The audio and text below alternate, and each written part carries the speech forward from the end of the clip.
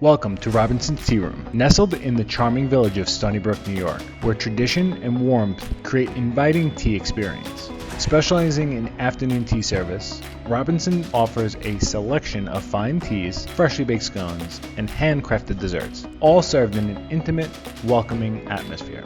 Whether you're gathering with friends or seeking a quiet moment to yourself, Robinson's Tea Room is the perfect setting to enjoy the elegance and comfort of a timeless tradition. Join owner Donna and myself as she takes us behind the scenes to explore the care and hospitality that make Robinson's Tea Room a cherished destination for tea lovers. I'm James Webster, and this is Owners and Operators.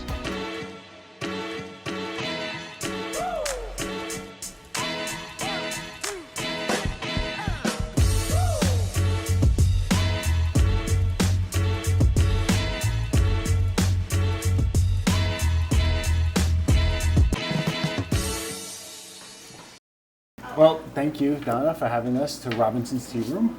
Our pleasure. As we were mentioning, Owners and Operators likes to understand a little bit about the business, get a little behind the scenes. For us Long Islanders, Robinson's Tea Room is an iconic place, and most Long Islanders are at least aware of it. Mm-hmm. And of course, your famous scones.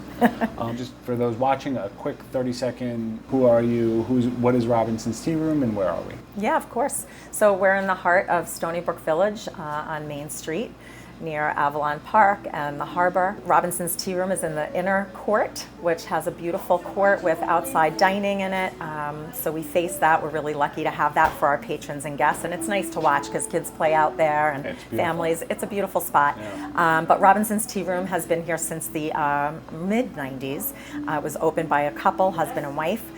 They owned it and ran it beautifully for many years. It developed an amazing reputation, known beyond Long Island actually and across New York, but also internationally. Wow. People come here, they know about it, and when they visit the States or New York, they come. But in between us owning, which is just a year and a half now actually, there was one other owner for about 6 years, Len, and he's an Englishman and he has restaurants in the city. He bought it for his daughter, she ran it, and then she was looking to step away, and that's when we came in. How did you decide it was the right time to get involved and to buy Robinson's and start keeping the tradition going? Well, it was because of that, to keep the tradition going. They were selling, the previous owners, and the buyers kind of disappeared in the night, got cold feet, afraid, I'm not sure what. And I had happened to call here for Robinson's to cater my daughter's baby shower. Okay. And I happened to hit it while they were in that strange period of having no one operating it. They were closed and I couldn't believe it. I've been coming here for years and years. I've taken my daughter here, like it's a generational tradition. And so my daughter married an Englishman and I texted them because we do all things tea. I said, I have tragic news, Robinson's is closed. And my daughter texts back, we have to save the tea room. And of course I didn't tell her why I had reached out and how I came to know because the shower was a surprise. But that was the door that led to us being here today. That's really cool. So are they involved with the business? They were. Dan really, they're both vocal pedagogy people. They teach and sing beautifully. Nice. But Dan, I think it was nice for him being in the States and in New York without family to have a connection to his culture. Sure. So he was running the tea room and he did a phenomenal job, even though it was completely outside his wheelhouse and people love him. He's one of the best people I know. And they moved to Georgia a few months ago. So we hired a manager, Linda, who you'll meet later. She's kind of stepped into Dan's place and I've kicked my end of the work up a bit. Sure, a little more involved now, right? Yes, we miss them terribly. I'm sure that's hard. What is your primary responsibilities here? Well, it is just to manage the day-to-day operation of the restaurant completely, like from open to close, to making sure staff is here, service is excellent, just everything. And what about food ordering? Yes, yep, we do. I do all the food, or most of the food ordering. I would say the chef and I, Troy, definitely kind of sharing that responsibility. I do most of it, but because he's the one cooking, sometimes he gets on there and we kind of collaborate together. And what's your history or your work experience been that coming to Robinson's was an easy transition for you. Yes, very easy. So I went to school, like right out of high school, I went to college for hotel restaurant management. So I started in hospitality. And so I've worked at the Montauk Yacht Club, the Weeping Willow in Farmingdale. My career started at the Radisson Hotel in Islandia, which is now Jake's 58, amongst some other, various places. What's your favorite part about working here, running day-to-day operations? I would say I love kind of gathering the staff, which is something that we're working on right now. We have some shifts and stuff, just getting the right team in place where they're inspired, not just professionally, but personally, right? Because when you're serving people, when you're communicating with people, it all means something. Yeah, you could leave people better than when you found them or not. So this is not just, come, make your paycheck and go home, but I think that's life. Yeah, no matter what job we're in or career that we're in, everything needs to be thought about. For me, it's you have to be flexible enough and know that you have to have some margin of error. We're all a work in progress. Yes, definitely. So if we have the right team and we're all growing and we're all humble enough to self-reflect and say, okay, maybe we can do that better tomorrow. That's where I feel like it's a great starting point, a great team. And then, so back to that question, I said, equally, it's the people that come in here. So serving the people. So the team is so important because you can't serve the people without a great team. And I don't think you even have the energy levels to do so when you're struggling with your team. And that is an issue in this industry because of part-timers and school and China. But you get a few great people, in, and then serving others becomes just beautifully natural.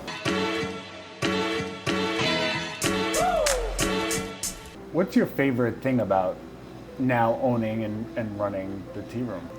There are so many restaurants out there. They're on every corner, every kind, right? Especially in New York. Long Island is a foodie place. New York City is a big food town. Huge. But I think that a tea room is a very special and unique niche. It's like putting on a show here. The restaurant is the stage. It has a certain ambiance. People expect something very specific when they come into a tea room, and the menu is very specific. So I love that people step away from their day, they slow down. It's not just a regular meal in any old restaurant. It's really an experience. It's rooted in great tradition and history. And so for all those reasons, you get to engage with customers and patrons and get to know people, come regularly, and just help them enjoy a few moments in a day. Although it's a tea room, it's not a full restaurant. There's still a lot that has to be done here. There are people cooking right now. So who decides what's going to be served? The tea menus, the food that goes along with? As I was saying before, when people come to a tea room, if they know where they're coming, they have an expectation. And so while you can get really creative in some restaurants, here it's very important to keep the menu to a core.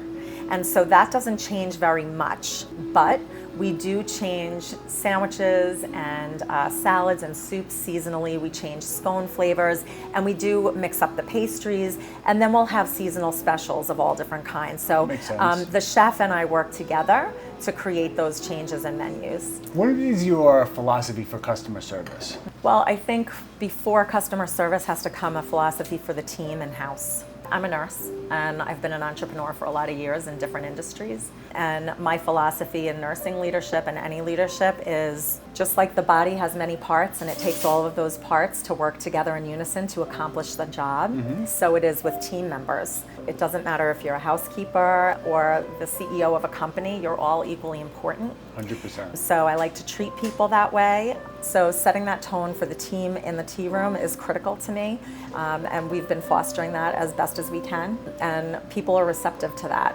And when the team is happy, customers come in and have a good experience. They catch the vibe off of and the energy off of the staff here, right? So it starts there, and then for us, it's really remembering that they're seeking the tea room out for a unique dining experience and kind of like an escape from the world for a little while. So whether they're here for an hour or two, sitting with their tea, their scones, their high tea service, we want to give them that like just peaceful, joyful experience where their cares are left behind the door, and they'll be there when they go out, but hopefully when they leave here, they leave a little lighter and happier.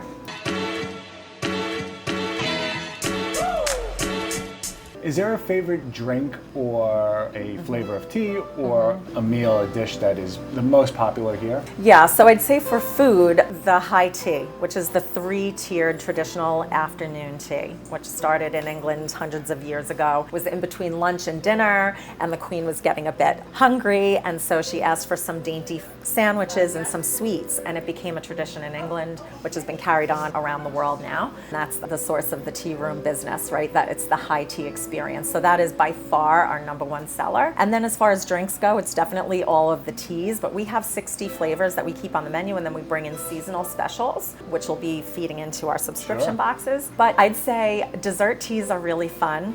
And our creme brulee is a big, big hit, our almond sugar cookie. Those are some of the favorite dessert teas. People love them. The creme brulee is one of my favorites because it has some whipped cream and some caramel on the side drizzled on top of it that you put in, and it's very decadent. Yeah, I'm sure it sounds it. So you talked about catering. How often is there a party here, or is that seasonal as well, where you see a lot more in the spring, or throughout the year you guys are doing a good number of parties at the location? Yeah, so that's definitely something that has been met with great reception. Sometimes we're just not big enough for some of the parties that request us, but most people do book when they inquire. And I'd say we have a couple a month on average, but we do have our quiet months. Like, we don't have any this month, but we usually have at least 1 to 2 a month, and that's somebody renting the whole space. And has your vision for the business changed since you purchased it? Yes, I didn't really come in expecting to love it as much as I did. And I didn't come in with the idea that I'd be involved as much as I am now. And so the more I go and grow with it, the more I'm an entrepreneur. Sure. So the mind just you're starts. thinking Oh, yes. And there are endless possibilities, right? So I hope to turn Robinson's into a brand that's more than just serving the community here. And there are a lot of ways that we can do that. So we'll see what happens over time. Seems like you guys are on your way to doing so. What's maybe a bit of advice you might give somebody looking to start a business like this, or just go into business in general? I would say first, do your due diligence. I did a lot of due diligence. Like, it sounds very serendipitous, and it was how we landed here, but there was a lot that went on in between finding out that the tea room was closed, we should save it, who's buying it, should we buy it, to actually purchasing it and operating it. That due diligence period, as you know, is critical for what is going on in the industry, what is really required, what were they doing before. It's like being a forensic detective or something, right? Really digging in, because as they say, the devil is in the details. After doing that, it was very clear that this was a very viable business in an area that I'm passionate about. We loved doing high tea. So while I wasn't passionate about opening a restaurant, I was passionate about high tea. I was passionate about Robinson's and bringing our family into a business together. So I think passion, due diligence, and put the work in. Just show up. People will come. That brings us to the end of our visit to Robinson's Tea Room. We hope you've enjoyed discovering the delightful traditions and warm atmosphere that make this place special. If you want to explore more fantastic local businesses, make sure to hit that subscribe button for upcoming features. And if you or someone you know would like to showcase a business, feel free to leave a comment below or get in touch with us directly. Your engagement helps us shine a spotlight on the wonderful gems in our community. Thank you for joining us, and we look forward to seeing you next time on Owners in Operation.